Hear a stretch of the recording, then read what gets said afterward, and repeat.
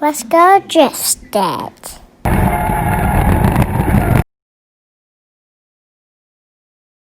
Hey, this is Andrew from Drifting Dad Performance, and today I wanted to share with you some updates on the LS Swap FB RX7 that we are doing.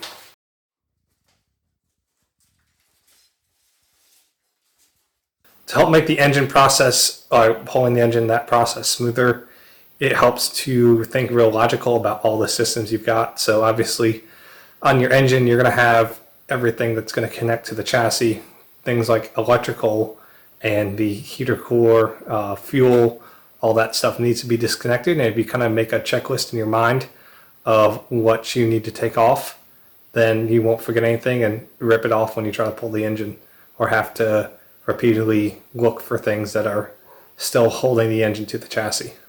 Right now I've got most everything removed off the engine. As far as wiring, it's not a whole lot of stuff.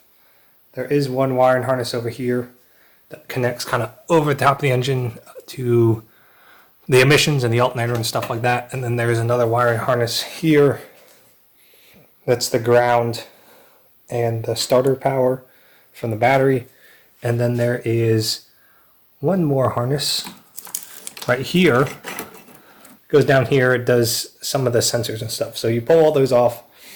I pulled the heater core hoses, or one of them there, the other one's still attached. You have to pull all of them off, and then pulled the AC.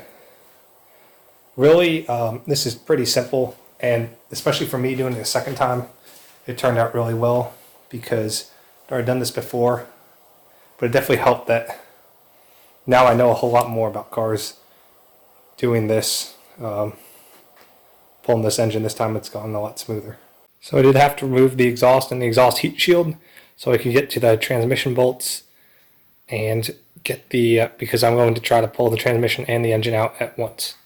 Well, it took some little finagling, not too much, but the engine is out now. Very nice. See, it's sitting over here.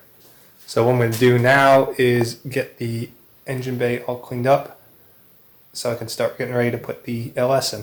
Now that I've got the engine out, I'm going to start working on this 5.3. This is an LM7, which is from a 2005 Suburban, I believe. It's going to be perfect for this car, just like a nice drive or cruiser type car. It's got the AC power steering. Obviously, we won't need a power steering. I've got to take the fan off because we're running an electric fan, and then swap the intake and everything so it fits. So one thing that I want to look at here while the engine's out is the measurement from the steering link to this cross member. And basically, you're going to always have to modify that steering link with the V8 swap just the way that the engine sump is, or the oil sump is on the engine, on the oil pan. So I am going to measure that so I know how much to modify that so I can fit the oil pan that I have for the swap. Here's the parts that I got from Summit for the swap. So we've got oil pickup and then adapter plates. These are adapting from the LS to the small block Chevy granny's mounts that we have. So I'll be putting those on the engine. And then I've got a fuel filter and regulator, and then also a fuel pump. I'm going to be modifying the stock RX7 fuel tank to be able to fit an in-tank pump. I did it on my swap. I'm going to improve by adding a baffle catch can thing, or I guess it's really just a baffling, so that you don't starve the fuel system during cornering. Reduces the slosh. And then finally, we've got the oil pan in here. This is a Summit brand. It's very similar to the Holly pan. It looks really nice for the price. It's got trap doors and everything inside here. But most importantly, the sump is accurately. The good thing about this oil pan is that the oil sump here is much shorter than most other, like the F-body pan and stuff. So it will clear the cross member and also clear the steering rack or steering link once I modify it. Most of you with the truck motor have to remove this clutch fan. So if you take a C-clamp right here and clamp it onto the pulley, the water pump pulley from the backside, clamping that down, that gives you a nice grabbing point to prevent the serpentine belt from moving as you spin the clutch nut, which is this big nut on the back side. I'm going to use a adjustable wrench to get that in. Spin it off. Are they on there, Daddy? Yeah, it's coming off. Keep going. Yep, just keep spinning. Good job. So I'm making good progress on this engine. Basically, I'm stripping stuff off of it so it's easier to clean. And then once it's clean, I'll put it back on. You can see there's a lot of grease and sludge and all that built up on this. It's about a 200,000 mile motor. So I want to make sure that everything is clean before I go get it set up.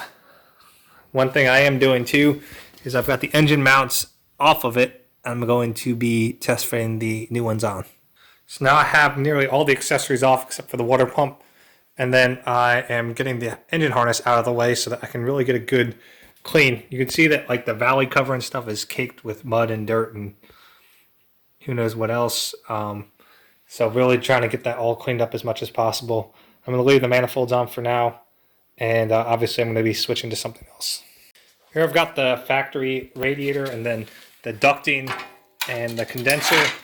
I'm keeping AC, so I'm going to have to figure out a way to integrate the condenser mounting, the ducting, and then on my new radiator. Not entirely sure what route I'm going with the new radiator, but I would like to keep the factory ducting if possible because this is a street car and it's known to be effective. Right now I'm mocking up the engine mount. So what I'm going to do here is I'm going to measure from this bolt hole back to the firewall so I know kind of where I need to have this measurement on the engine so it has enough clearance. And then when I'll go over here to the engine, I'll put my mounting brackets on and then measure basically back to the end of the block, and that will tell me whether or not the engine will fit with that particular configuration of the engine mounts. So I've got this measured off. It's about 19 inches. You want to play it safe, I'm going to leave about 18. So that's the measurement I need on the block. You can see here I've got it up against the end of the block. I'm coming over here. You could see 19 inches is way all the way over here, which is actually going to be interfering with the AC mount. So I may have to play around with that a little bit. I mean, obviously, if I go back to where it's going to be clearing the AC mount, we end up maybe 14 inches, which will be quite a bit forward. You can see here the total length of the engine is right about 20, I'd say 26 inches. It's kind of hard to tell from here. I guess that's a little bit better representation. So we're going to have to figure out a way to fit all 26 inch length of this motor inside the engine bay.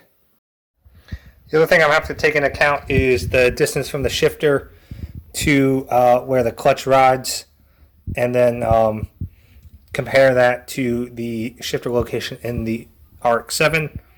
And I've started working on that, but I need to continue that before I give you guys some answers.